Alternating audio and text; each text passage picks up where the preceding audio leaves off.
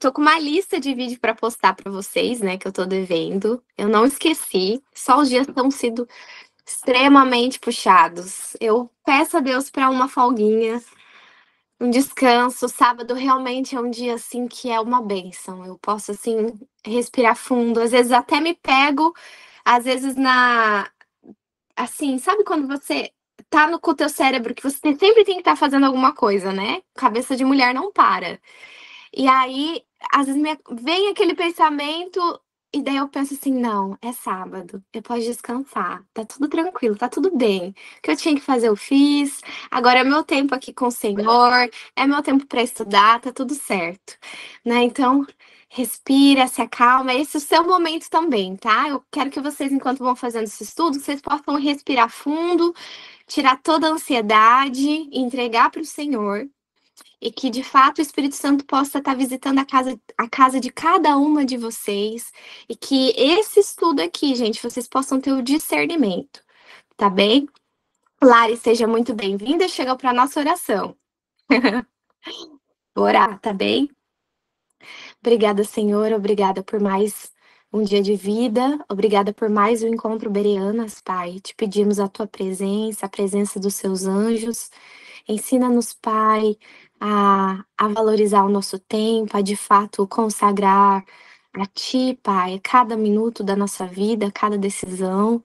Tira toda a ansiedade agora, toda distração, qualquer coisa que o inimigo venha pôr, Pai, para desviar a mente desse estudo, que o Senhor possa agora afastar no nome de Jesus.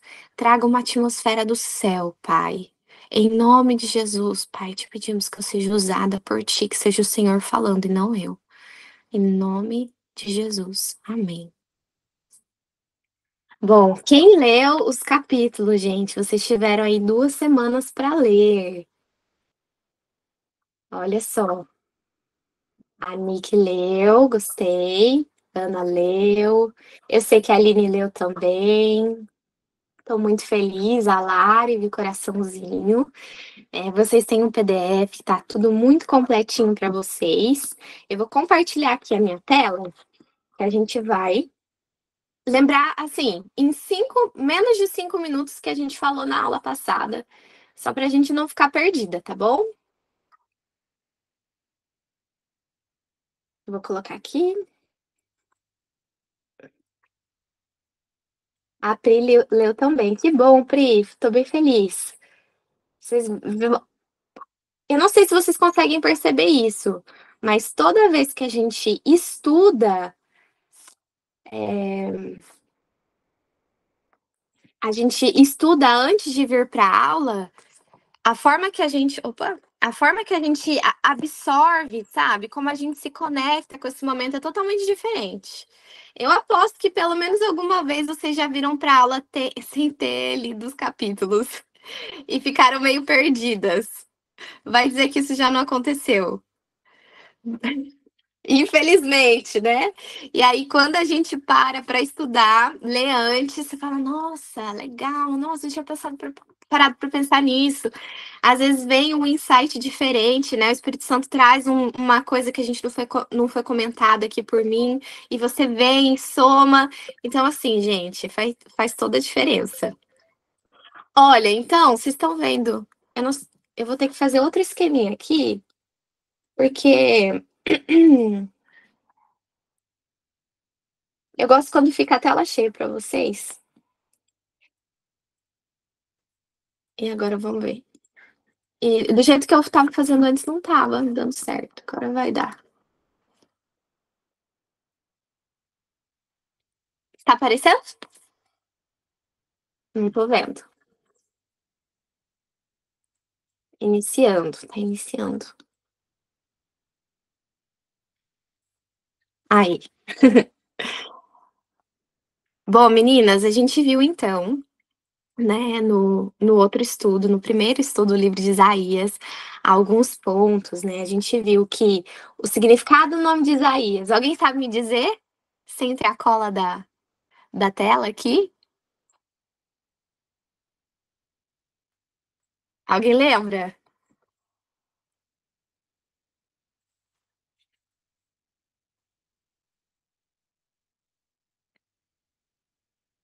Eu lembro, amiga, que era Yahweh, né? Deus. É salvação. Salvação, é. Isso. Yahvé é salvação, Yahweh é salvação, né? Olha só, o nome de Israel, que significa Isaías, é um nome muito bonito, muito profundo, né? Perfeito para toda circunstância ali que o profeta é chamado. Aqui, a gente vai ver então que ele vai estar falando a partir de Jerusalém, aonde ele vai estar profetizando, aonde ele vai estar ali num contexto de idolatria, um contexto em que os líderes religiosos estão totalmente perdidos, estão levando o povo atrás de engano. Assim, não é um melhor momento para ser chamado para uma obra assim, né? Então ele sabe que ele vai encontrar muita resistência, e aí os 6 primeiros capítulos ali que a gente vai ver, o tema geral, tanto que eu fiz a divisão do quiasma, né, que é a estrutura, como o livro é organizado, ele vai estar falando de julgamento e de restauração do povo de Deus. Então, esses 6 primeiros capítulos vai estar falando disso. Até por isso que eu estou fazendo essa separação dessa forma com vocês. Vocês perceberam que falei para vocês lerem do 1 até o 6, né? Então, a gente vai sempre fazer em blocos. Depois a gente vai fazer do 7 até o 12, para a gente conseguir visualizar, entender melhor o livro como um todo, tá? Então, assim, a gente viu no capítulo 1, então, que o Senhor, ele estava farto das cerimônias. Então, eu dei uma pincelada para vocês sobre esse assunto e vou voltar a falar mais, que a gente tinha as leis cerimoniais, né? Que as meninas que estudaram o santuário, elas conseguem entender um pouco mais, porque a gente foi mais a fundo nesse ponto. Então, as cerimônias, elas consistiam em você pegar um carneirinho, né? Ele era morto, ele representava Jesus, o Cordeiro Vindouro. E aí a gente tinha algumas festas. Dentre dessas festas, tinha festas de luas novas, tinha os sábados cerimoniais, que não necessariamente caíam num sábado. Podia cair numa terça, quarta e quinta-feira. E eles eram 7 no ano. Eu tinha falado isso para vocês, tá no PDF, né? Inclusive. Esses sábados era aquele que fala Páscoa, festa dos pães asmos, ou do Pentecostes, festa das trombetas, dia da expiação, festa dos tabernáculos e o último dia da festa dos tabernáculos, tá? Eles eram 7 sábados cerimoniais no fim do ano. Só que, apesar deles estarem ali fazendo todas as cerimônias, né? A gente podia até traduzir numa palavra que é muito usada hoje em dia, eles estavam vivendo de religiosidade.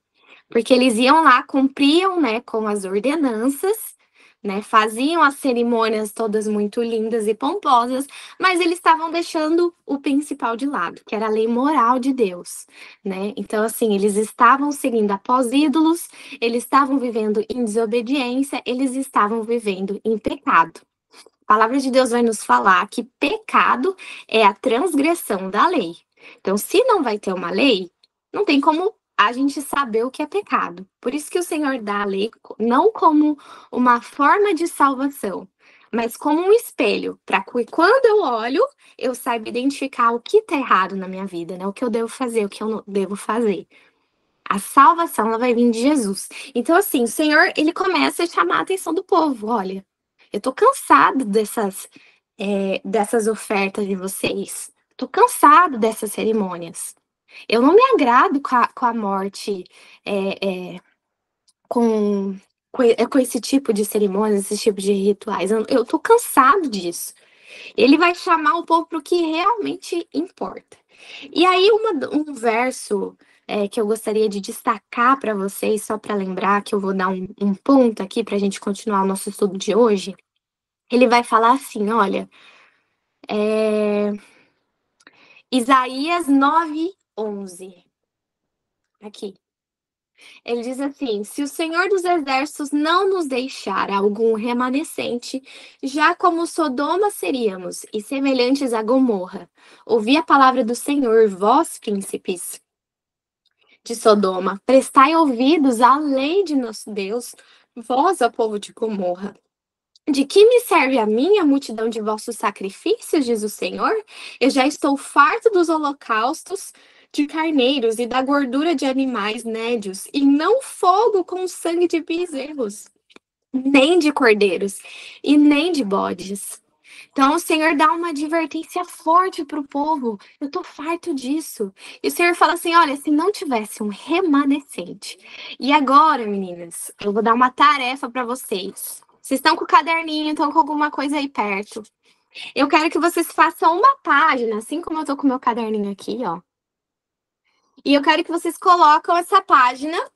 Você vai escrever tudo que se refere a remanescente, tá bem? Então, conforme a gente vai estudando aqui em Isaías, conforme a gente vai estudando depois lá em Apocalipse, os outros livros que a gente for vendo, tudo que se referir a remanescente, a gente vai vir e vai colocar aqui, tá bom? A gente vai montar um quebra-cabeça juntas, tá bem? E para a gente começar, então, em relação a esse remanescente, assim, fantástico esse estudo. Eu quero que vocês, sempre que vocês forem ler alguma passagem, vocês e notarem, né, falar do remanescente, do resto, do restante, eu quero que vocês grifem, anotem, coloquem lá na anotação de vocês, tá bem? Então, olha só. Eu gostaria de pedir para que a Nick, você pode ler para a gente Apocalipse capítulo 12, versículo 17, por favor? Claro. Se o Senhor dos Exércitos não nos deixara algum remanescente, já como Sodoma, Só um seríamos... pouquinho, Nick. O capítulo de Apocalipse. Você consegue abrir a desculpa, Bíblia deixa eu no... pegar então. Achei que era o que estava na tela. Apocalipse 12. Diz... é o 12, 17. Conseguiu? 17, último. E o dragão irou-se contra a mulher, e foi fazer guerra ao remanescente da sua semente, os que guardam os mandamentos de Deus e têm o testemunho de Jesus Cristo. Amém. Quem são os remanescentes, Nick? O que o versículo está falando? Da mulher, o remanescente, a semente da mulher. Uhum. E o que eles fazem? Os que? Ele fala assim, Guardam os mandamentos de Deus e e tem têm o testemunho de Jesus Cristo. isso. Isso aqui é a chave. Então, aqui a palavra de Deus está falando que o remanescente, ele guarda os mandamentos de Deus e tem o testemunho de Jesus. Isso é crucial para a gente entender. Por isso, eu quero que vocês coloquem esse primeiro verso anotado no caderninho de vocês, no notes do celular. Depois vocês passam para um papel, quem ainda não tem, tá bem? Porque isso aqui é importante. Uma característica do remanescente. Ele tem o testemunho de Jesus, depois a gente vai entender o que é o testemunho de Jesus, e ele guarda os mandamentos de Deus. Se ele só tem o testemunho de Jesus, ele não é o remanescente. Se ele só guarda os mandamentos de Deus, ele não é o remanescente. Ele tem que ter essas duas características ao mesmo tempo, tá bem? E aqui a palavra de Deus fala, então, né? Quando vai repreender para Israel falando que eles estão desobedientes, a palavra de Deus está dizendo que, eu até vou colocar aqui no chat para vocês.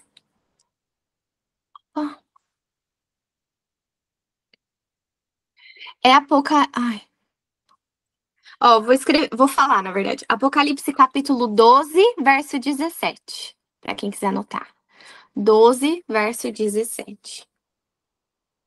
Então, o Senhor, ele vai estar repreendendo ali Israel, porque Israel só faz cerimônias, só cumpre com lei cerimonial, mas a lei moral, né, que é o princípio do reino de Deus, eles estavam em desobediência. Então a gente vai ver o Senhor ali chamando eles a todo momento, né, durante o livro de Isaías. E aí o que acontece? Por mais que tinha o povo ali, que o povo estava todo rebelde, aqui a gente vai ver o Senhor falando que tinha um remanescente. Tinha um povo, um restinho. Algumas outras traduções vão falar em Apocalipse lá como um resto, né? E resto é o que, gente? É o que sobrou. É pouco, não é a maioria. Vai falar que tem um pouquinho ainda ali que foi obediente ao Senhor, que permanece fiel. E essa é uma característica que a gente vê no Israel antigo e no Israel moderno, no Israel nos últimos momentos, né? Um pouquinho diante de Jesus voltar. Que nem a época de Noé, exatamente. A questão é que sempre houve um remanescente. E você vê que é restinho por quê? Amiga Ana, quantas pessoas. Qual que era o número desse restinho nos dias de Noé? 8, amiga, ou 6? 8, né? 8, 8 pessoas. exatamente. 8 pessoas, gente. No mundo inteiro, 8 pessoas. Tá bem? Então tá. Então, assim, guarde essas informações e a gente vai juntar. Tá bem? A gente vai juntando, depois a gente vai voltar a falar sobre esse assunto. Um último texto agora. Eu até tentei fazer um lettering aqui. Não sou boa, mas eu acho uma terapia legal de fazer. É um verso bem legal que eu gostaria de compartilhar com vocês, porque vocês sabem que eu falo muito dessa questão de Israel. Quem que é o Israel hoje? Quem que é o povo de Deus hoje, né? E a gente estudou em Daniel, a gente vai continuar estudando, né, em profecia, que infelizmente o Israel, nação, foi uma nação que foi rebelde. A gente vai ver que foi uma nação que, quando veio o Messias, eles negaram o Messias. E o livro de Daniel, especialmente, dá um tempo, olha, até esse tempo aqui, eles ainda permaneciam como povo escolhido. Mas por conta da rebelião deles, agora como a nação escolhida já não fica mais entre Israel, espaço físico, tá bem? Agora o Senhor, ele chama o seu povo ao redor do mundo. Tá bom, Pri, fica com Deus. Depois assiste a aula, tá bom? Fica com Deus, querida. Deus te abençoe. E aí você vai falar assim: bom, tá. Então, quem que é Israel? Porque a gente vai ver Israel falando: a gente ama você muito também, Pri. A gente tá sempre em oração, viu? Sempre em oração por você. Beijinho. Olha só. A palavra de Deus vai nos falar. Agora eu quero que vou pedir para Aline abrir o livro de Gálatas, capítulo 3, versículo 29. Esse é um outro verso que vocês vão ter que anotar aí, gente. É um verso chave, importantíssimo para você entender.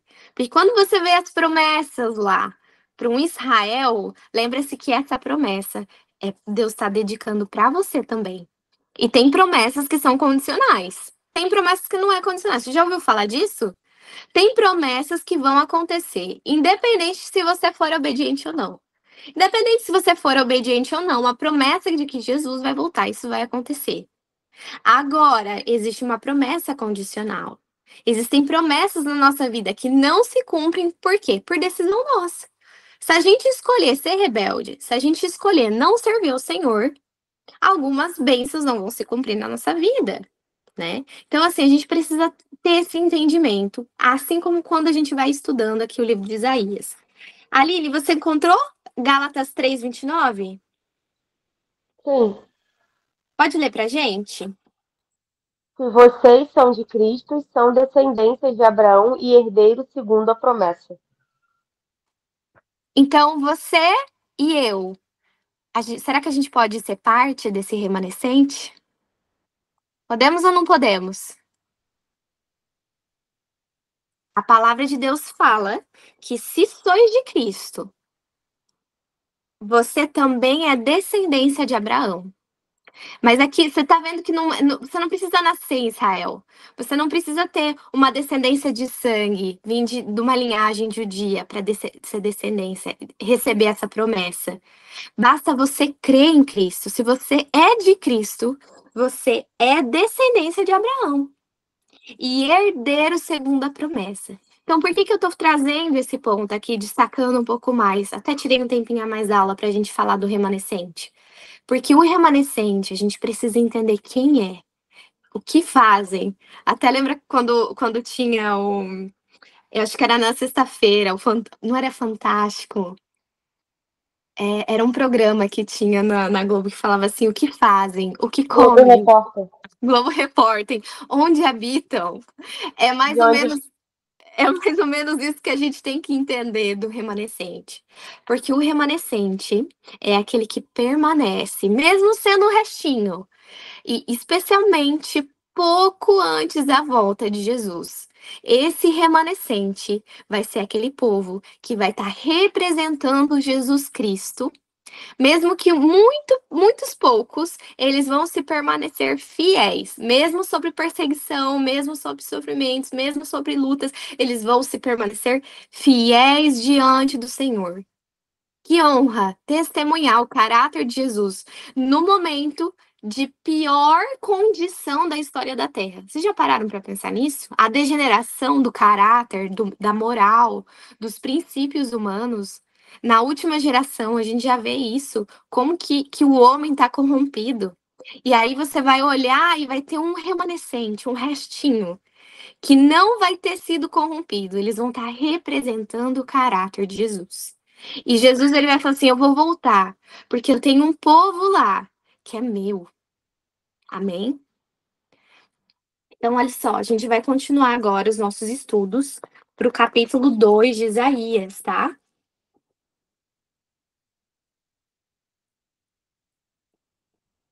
Aqui. O que fala do nosso capítulo 2 de Isaías, meninas? O capítulo 2 de Isaías, então, ele vai estar falando sobre a glória de Deus e o dia do Senhor. Então, a gente vai ter uma visão. Até quero abrir aqui. Onde está a minha Bíblia? A minha Bíblia.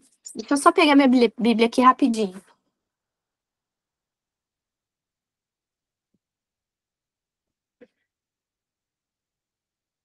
Eu estava com ela na minha cama. Fui pegar do lado da cama.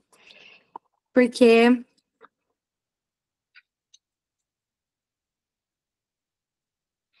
aqui no contexto, gente, desse livro, desse capítulo, perdão, vai falar o seguinte. Vai falar, então, começando com uma visão futura de paz, justiça, mas vai terminar com o juízo contra o orgulho humano. A gente vai ver uma profecia messiânica, né? Nos últimos dias, todas as nações subirão ao monte do Senhor. A gente vai ver ali Deus sendo exaltado, o orgulho do homem sendo abatido. A gente vai ver algumas promessas ali, como sendo o povo falando: vamos, subamos à casa do Senhor, né? Imagina esse dia chegar.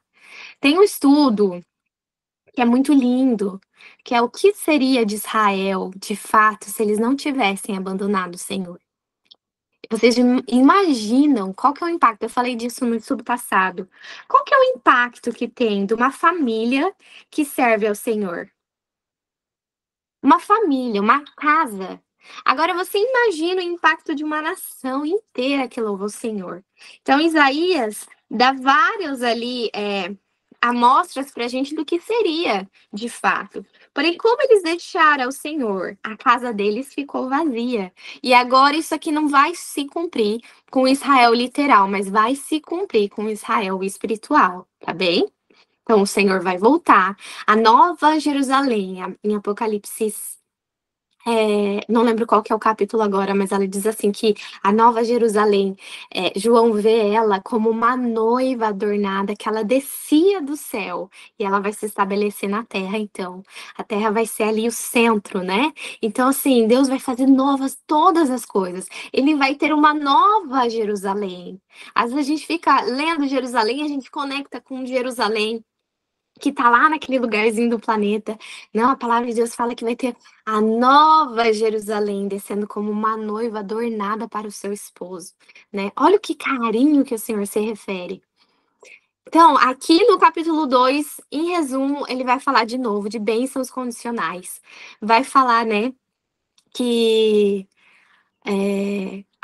aqui até quero fazer um comentário que os princípios revelados por meio de Israel deviam ter sido o meio de restauração do homem à imagem moral de Deus. E na medida em que o número de Israel aumentasse, deveriam ampliar os limites até que seu reino abarcasse o mundo. Eu achei bem legal colocar esse comentário, porque isso é o que aconteceria com Israel se eles não tivessem se rebelado, né? Deus ia ampliar esse reino, eles iam conquistando, conquistando, conquistando, até que eles dominariam o mundo inteiro para a honra e glória do Senhor. Mas olha só, quero que vocês abram comigo. Eu falei para vocês que ia ter uns versículos extras para quem ia estar na aula, né? Eu quero que vocês abram comigo. Esse é o último extra. Capítulo 23, versículo 37.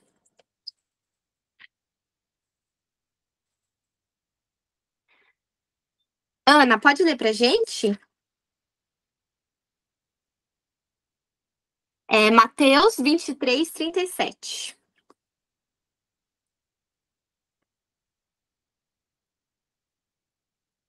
Mateus, amiga, 23, 37. 7.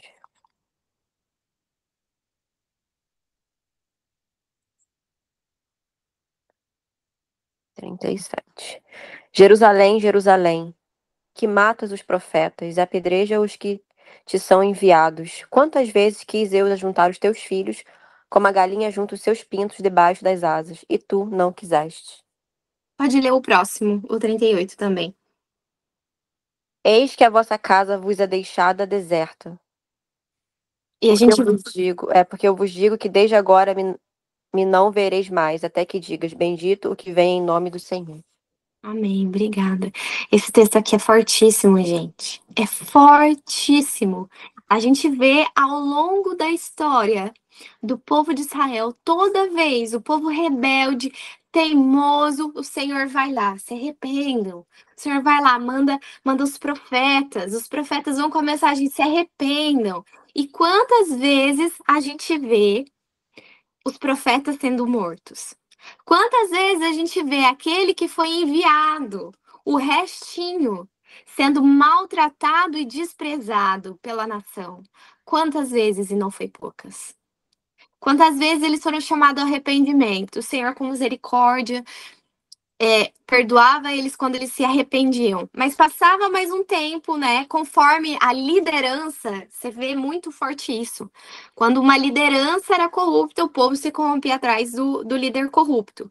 Se era um rei mais bonzinho, mais certinho, a nação seguia mais após aquilo. E você vê que hoje em dia não é muito diferente. Porque a gente tem carinho pelos nossos líderes, né? A gente tem carinho, a gente tem amor. E quando eu falo isso, eu quero que, sempre quando eu vou falar de liderança, os erros de liderança, eu quero que vocês lembram que eu creio e eu defendo que sim, a gente tem que orar pelos nossos líderes, os nossos pastores, a gente tem que amá-los.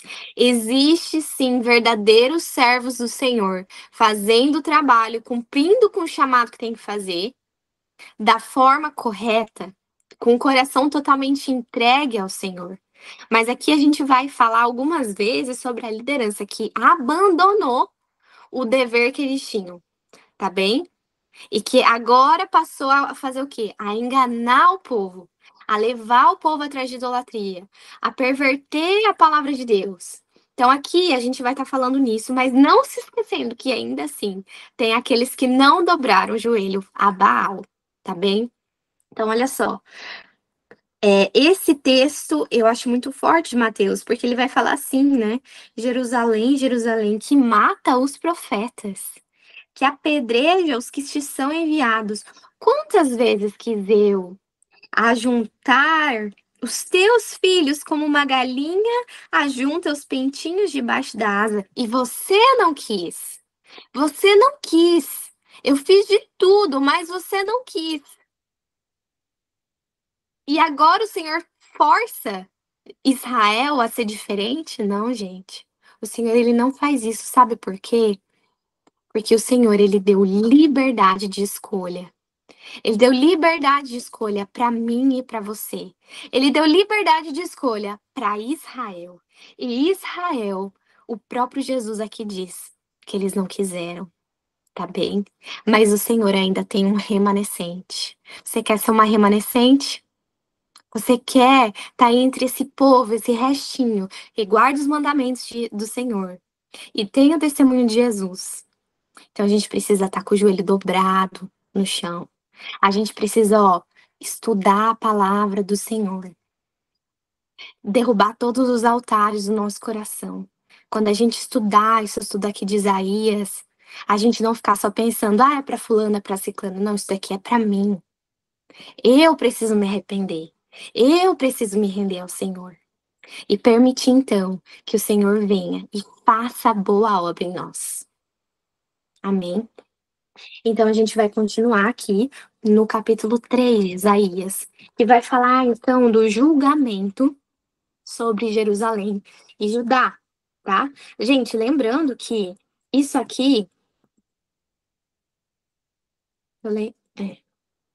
Lembrando que isso daqui é antes do cativeiro babilônico, tá? Só para vocês se contextualizarem. Então, julgamento sobre Judá e Jerusalém. Qual que é o contexto? Anúncio de destruição social, política e moral. Líderes corruptos, mulheres arrogantes são condenados. Faltará justiça e uma liderança verdadeira. Lição espiritual. A corrupção interna leva à ruína externa. Então, a gente estava vendo ali no começo que era um reino que estava crescendo, estava reconquistando os territórios, né, que tinham sido perdidos, só que o desenvolvimento político, econômico, não foi acompanhado com reavivamento espiritual. Então, quando não tem reavivamento espiritual, o econômico, né, de desenvolvimento ali pode até um certo ponto, mas depois volta a regredir. Os juízos de Deus começam a cair sobre o povo, né? Eles têm conhecimento, eles têm luz, e o Senhor vai julgar de acordo com a luz que cada um recebeu. Então, olha só, a palavra de Deus vai nos falar, então, que o juízo, inclusive, ele começa pela casa de Deus. Vocês sabem disso, né? Que o Senhor, ele executa o juízo dele. Lá em Apocalipse 14, a gente vê a mensagem dos 3 anjos. E essas mensagens dos 3 anjos, eu falei para vocês que o Apocalipse 14 é um dos principais capítulos de Apocalipse. Porque ele fala da última mensagem que vai ser pregada pelo povo de Deus, pelo remanescente, antes de Jesus voltar. E uma dessas mensagens está dizendo aqui que é chegada a hora do juízo de Deus. O juízo de Deus já começou. Ele começou a julgar os casos, tá bem? Um momento a gente vai voltar e fazer um estudo mais profundo para vocês entenderem como que funciona o processo de juízo quando o Senhor chega e faz, né, dá a sentença, né? Quando o Senhor vir, ele já vai ter terminado o juízo dele. Ele vai vir para dar a sentença. Então, é isso que a gente precisa entender. E a palavra de Deus vai nos falar, então, em 1 Pedro 4:7. Até eu vou ler aqui. 1 Pedro. Tá lá nos últimos capítulos, gente. Primeiro capítulo de 1 Pedro, capítulo 4. Opa. É que é tão pequenininho, eu sem querer já fui para 2 Pedro. Amiga, eu já abri aqui. Encontrou? Uhum. Pode ler. 4:7. Tô aqui também. Vai, pode ler pra gente. O fim de todas as coisas está próximo, portanto, sejam prudentes e estejam alertas por meio das suas orações.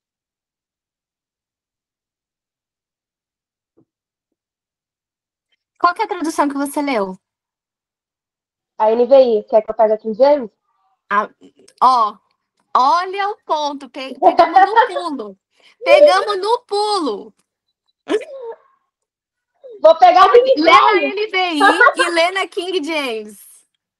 Calma aí. Olha, pegamos no pulo. Olha lá. A Aline vai pegar. Bom, eu tô com a King James aqui também. Mas, não, pega você aí. Vocês estão acompanhando aqui? Rafa, Nick, Ana. Estão vendo esse babado? Ai, babado fortíssimo, gente. Sai do grupo, pelo amor de Deus.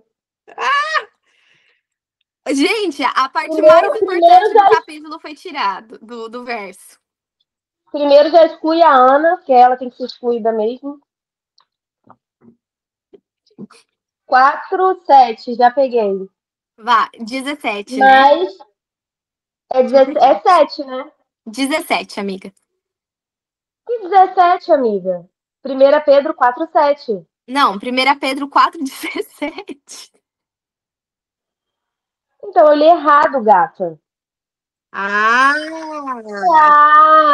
Eu entendi você falar um 7. Não, 17. Porque já é chegado o tempo em que o julgamento deve começar pela casa de Deus, e o primeiro começa por nós.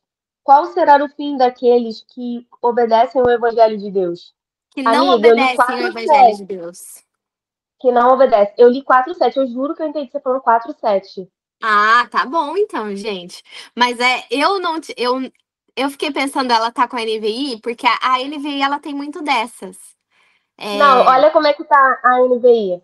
uhum, A NVI tá, pois chegou a hora de começar o julgamento pela casa de Deus. E se começa primeiro conosco, qual será o fim daqueles que rejeitam o evangelho de Deus? correto, correto. Que não obedecem, né? A King James traz ainda melhor. Ufa, pelo É, menos essa. Até eu ai, fiquei que pensando, susto. que susto, né? É que tem vários. Vai ter um momento que eu vou mostrar pra vocês, assim, a NVI. Tem várias dessas que tira a parte principal, então é chocante. Mas tô feliz que nessa parte tá tudo certo. Então, assim, vamos continuar aqui. A palavra de Deus, então, tá nos falando que o juízo, ele começa pela casa de Deus. Começa pelo povo de Israel. Não vai começar o juízo pelos ímpios, tá bem? Então, se começou pela casa de Deus, o juízo começou com quem? Quem foi a primeira pessoa que morreu na história da Terra? De todo o tempo. Abel, gente. Abel. O juízo de Deus, o caso passou a ser analisado. O primeiro caso analisado foi o caso de Abel, tá bem? Então, isso é importante para a gente entender. E aí ele vai passando todos os casos. Então, primeiro pela casa de Israel. E aí ele fala assim: então, qual que é o fim, né? Daqueles que não obedecem ao Senhor. Então, tá. Continuando aqui, a gente vai ter um verso, que é no capítulo 3, verso 12 de Isaías, está na tela para vocês. E o Senhor fala assim: ah, povo meu, os que te guiam te enganam. E eles fazem o quê? Destroem o caminho das tuas veredas. Será que isso existe hoje também? Os que guiam, os que eram para estar guiando o povo, tá enganando o povo? Tá sendo usado para destruir aquele caminho, aquela relação que a pessoa tá buscando, né, de seguir em obediência ao Senhor. Será que tem isso hoje ou não? Claro que tem. Claro que tem, sem dúvidas nenhuma. Por isso, gente, que de fato eu falo para vocês assim: tem um líder que a gente gosta. A gente vai ter pastores que a gente se inspira, pessoas que falam muito bem, que explicam muito bem, mas não é porque a gente tem um carinho, não é porque elas têm milhões de seguidores, não é porque é, a oratória delas é maravilhosa que a gente vai passar pano, né? A gente tem que estar sempre, ó, comparando com o que está escrito na Bíblia. Será que o que ele falou tá certo mesmo? Né? Afinal de contas, ele também é humano, ele também pode errar. Então, eu não posso agora me dar o luxo de correr o risco de ter o caminho, né, o meu caminho até o Senhor destruído por ter sido enganada por aquele que devia estar me guiando no caminho da justiça. Não posso me dar o luxo. Custa muito. Custa muito. A gente está falando de salvação. Então, por isso que eu falo assim, gente, sempre, sempre compara tudo. Falou uma coisa estranha, né? Vai, anota, pesquisa, reflete sobre aquilo, passa tempo em oração sobre aquilo, porque os nossos sentimentos também podem enganar, mas não deixem, gente, em nome de Jesus, não se permitam ser enganadas, tá bem? Custa muito. A gente vai aqui, então, ver agora o capítulo 4, que vai ser mais rapidinho, que é a promessa de restauração. Esse é um capítulo lindo. Alguém quer falar alguma coisa sobre esse capítulo?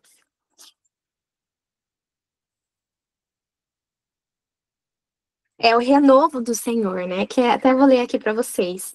A gente vai ver então, né, o contexto do capítulo. Ele vai contrastar. Então a gente está falando de juízo, de juízo, mas está falando agora de que vai vir uma solução. Tem uma esperança, né? O Messias ele vai vir. Então a gente vai ver o renovo do Senhor como uma referência a Jesus. Então, até se vocês quiserem anotar na Bíblia de vocês, ó, profecia messiânica, né? Anotem ali. Eu acho que é uma coisa bem legal para ter grifada. Então, aqui ele fala assim: olha, naquele dia o renovo do Senhor será lindo e glorioso, e o fruto da terra será excelente e glorioso para os sobreviventes de Israel. Então, o Messias virá. E o Messias veio. Amém? Essa promessa foi cumprida. Então, a gente vai ver a promessa também do Senhor purificando um povo dele através de Jesus Cristo. Bom, capítulo 5 de Isaías. Eu acho esse capítulo fortíssimo. A parábola da vinha. Vocês lembram dessa parábola? Então, qual que é o contexto? O Senhor ele fala que ele planta uma vinha, né? Só que ela dá uvas bravas, né? Então, o que que ele faz? Ele pega uma vinha, ele cuida dessa vinha, né? Ele faz tudo o que tem que fazer, né? Aduba a terra, cuida. Vai lá uma larvinha comer a folha, ele vai lá, tira a larvinha. Ele faz tudo o que ele podia. E a gente sabe que o Senhor fez tudo por Israel. A gente leu ali o texto de Mateus, o que que acontece? Quantas vezes quis eu, né, juntar os seus filhos, assim como a galinha junta os pintinhos, mas você não quis. Então, o Senhor vai ali, ele compara Israel, então, agora como uma vinha que devia frutificar, dar bons frutos, mas ela dá uvas bravas, né? Frutas que não são comestíveis, não são doces para se comer. Então, assim, o que até eu gosto muito dessa parte, eu acho, na verdade, um aspecto muito forte, né? Porque ele fala assim: e agora, ó habitantes de Jerusalém, homens de Judá, julgai, eu rogo, entre mim e a minha vinha, o que eu poderia ter sido feito a mais para a minha vinha, que eu não tenha feito por ela? Por que razão, quando eu olhei e ela deveria produzir uvas, ela produziu uvas bravas? Agora, pois, eu vos contarei o que farei à minha vinha. Eu removerei a sebe daquele lugar, e ela será devorada, e derrubarei o muro dali, e ela será pisoteada, e eu a devastarei, não será podada nem capinada. Porém, brotarão arbustos com espinhos e espinheiros. Então, o Senhor vai falando ali, né? O que que ele vai fazer com essa vinha que não produziu os frutos que ela devia produzir? E aí, a gente vai ver 6 ais. 6 ais. Vocês perceberam que ali fala, ai daqueles, ai daqueles. E aqui eu quero que a gente destaque, porque são lições importantíssimas pra gente, tá? Então, olha só. O primeiro ai fala assim: ai dos que ajuntam casa a casa, reúnem campo a campo, até que não haja mais lugar e fiquem como os únicos moradores no meio da terra. Então, aqueles que vão juntando riqueza após riqueza e só eles habitam no lugar, e agora é impossível qualquer outra pessoa, né, ter acesso, né, àquilo, porque a pessoa acumulou e dominou toda a região. E todo o bem ali ela acumulou para ela. O Senhor reprova isso. O Senhor reprova também. Ai daqueles que se levantam pela manhã. Gente, isso aqui é muito sério. Quando as pessoas falam assim, ai, não tem problema, um golinho de vinho. Até já sai em artigo científico que faz bem para a saúde. Saibam que existem estudos atualizados, tá? Agora a gente pode falar de artigo científico também. Não que a gente precisasse antes, mas que fala que não, nada faz bem. Se quiser, toma um bom suco de uva, né? Daqueles bem gostosos que tem no Brasil. Que sim, esse sim vai ser saudável, mas álcool não faz bem. A palavra de Deus fala assim, então, ai daqueles que se levantam pela manhã, seguem a bebedice e se demoram até a noite, até que o vinho os esquenta. Harpas e alaúdes e tamborins e pífanos e vinho há nos seus banquetes. Então, assim, pode às vezes ser uma churrascada, gente. Já parou para pensar? Sempre tem música, bebedice. Será que o Espírito do Senhor se faz presente? A gente tem que pensar, o que seria esse ambiente nos dias de hoje? O Senhor está falando assim, ai daqueles. Gente, em menos de 15 minutinhos a gente termina, tá bem? Olha só, então, e vinho lá nos seus banquetes, né? A gente vê isso, é muito comum no Brasil. E não olham para a obra do Senhor, nem consideram as obras de suas mãos. Portanto, o meu povo será levado cativo por falta de entendimento. Olha que sério isso. E os nobres terão fome, e a sua multidão se secará de sede.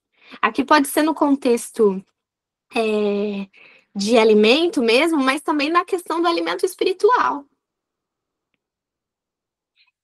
E esse aqui é um dos que me chama mais atenção.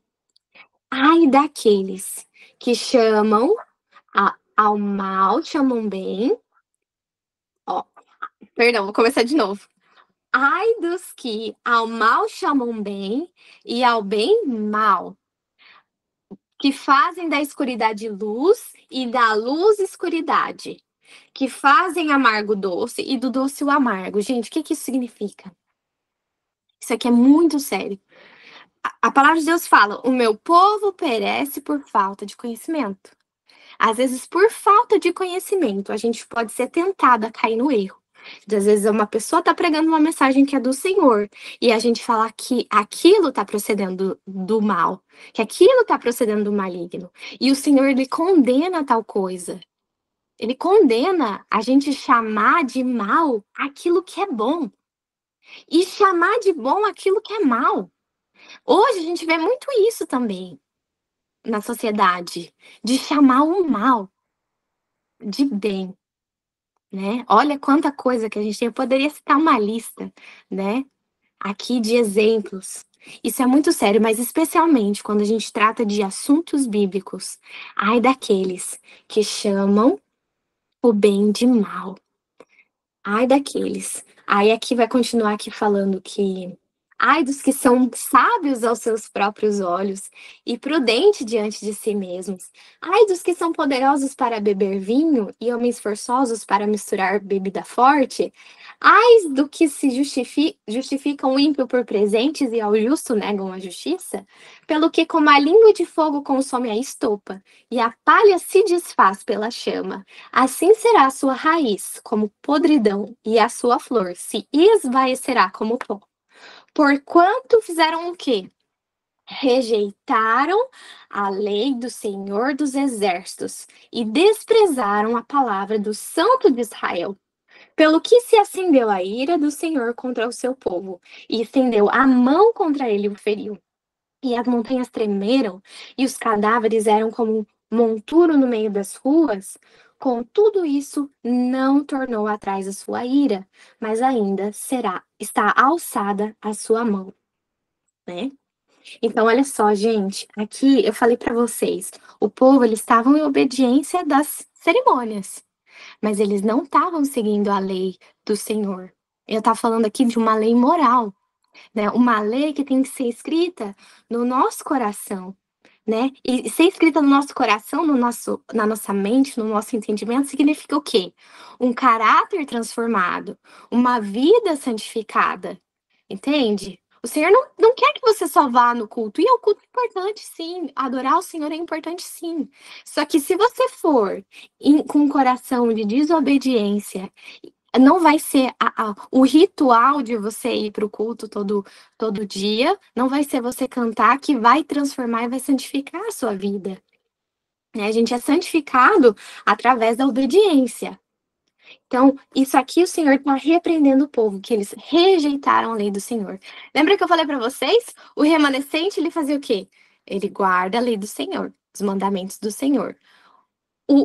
Aquele que não faz o quê? Despreza, né? Então, tem até uma certa aversão. E por último, nosso capítulo, agora, o chamado de Isaías. Deixa eu ver. Até se eu não tinha a mesma coisa aqui. Isso mesmo, capítulo 6 de Isaías. E esse é o capítulo mais conhecido, acho que é um dos mais conhecidos, né, do livro, que é o chamado dele. Vai acontecer quando... É lindo, né, Aline? É lindo demais. A palavra de Deus fala que ele, né, ele vai ter essa visão no templo, né, e ele é chamado por Deus. Gente, que privilégio que Isaías teve, né? Isaías, ele vê o Senhor exaltado, e só que qual que é a atitude dele? Ele reconhece o pecado dele. Primeiro de tudo, tá? Ele reconhece o pecado dele. Aí ele é purificado. E aí ele aceita a missão de ser profeta, né? A missão profética dele. Então, ele não vem aceitando a missão primeiro. Primeiro, ele não vem acusando o pecado dos outros. Ele reconhece o pecado dele. E aí o Senhor ainda avisa ele: olha, Isaías, o povo não vai te ouvir. Mas Isaías, misturei, né? Isaías, ele devia pregar mesmo assim a mensagem. Então ele vai falar assim, no ano em que morreu o rei Uzias, eu vi ao Senhor assentado sobre um alto e sublime trono, e o seu séquito enchia o templo, né, sua presença. Os serafins estavam acima dele, cada um tinha 6 asas, com 2 cobriam o rosto, outras 2 cobriam os pés e as 2 voavam. Aqui a gente vê muito esse símbolo, esses desenhos nas igrejas de serafins. Então, serafins têm 6 asas, tá? E com 2 eles estavam voando, né? E clamavam uns para os outros, dizendo: Santo, Santo, Santo é o Senhor dos exércitos. Toda a terra está cheia de sua glória. E eu acho tremendo qual que é a resposta dele. E a palavra diz assim, olha, então disse eu, ai de mim, que vou perecendo, porque eu sou um homem de lábios impuros e habito no meio de um povo de impuros lábios, e os meus olhos viram o Rei, o Senhor dos exércitos. Mas um dos serafins voou para mim, trazendo na mão uma brasa viva que tirava do altar com uma tenaz, e com ela tocou a minha boca e disse: Eis que isto tocou os teus lábios, e a tua iniquidade foi tirada. Ele foi perdoado. E purificado o teu pecado. Depois disso, ouvi a voz do Senhor que dizia: A quem enviarei? Quem há de ir por nós? E eu faço essa pergunta para vocês agora. Imagine o Senhor te fazendo essa pergunta: Quem eu enviarei? Quem há de ir por nós? Qual vai ser a sua resposta? Isaías, ele respondeu assim: Então disse eu: Eis-me aqui, envia-me a mim. Amém? Meninas, que essa possa ser a sua resposta também. Eis-me aqui, envia-me a mim.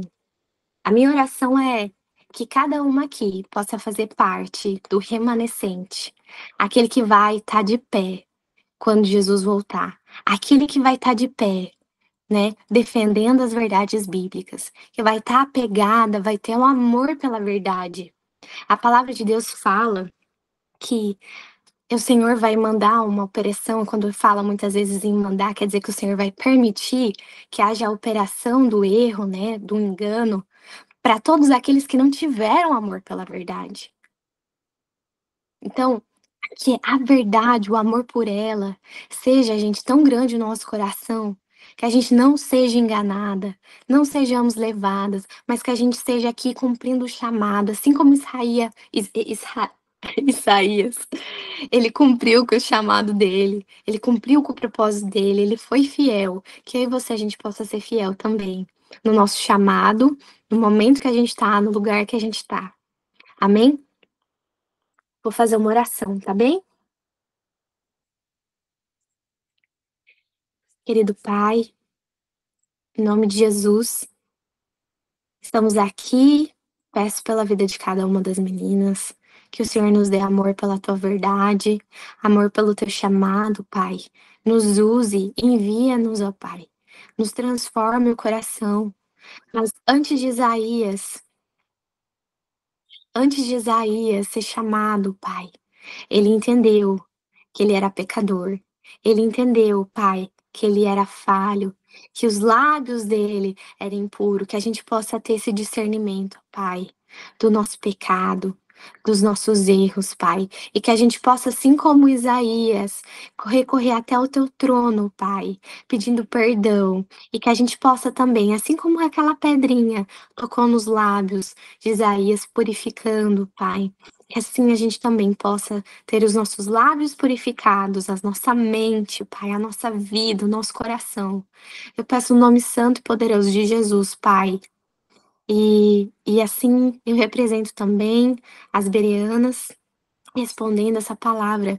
Eis-me aqui, envia-me a mim, Pai, para cumprir o teu propósito. Seja com cada uma, no nome santo, Pai, e poderoso de Jesus, que possamos fazer parte do remanescente que vai permanecer fiel, Pai, a Ti. Em nome de Jesus, amém. Amém.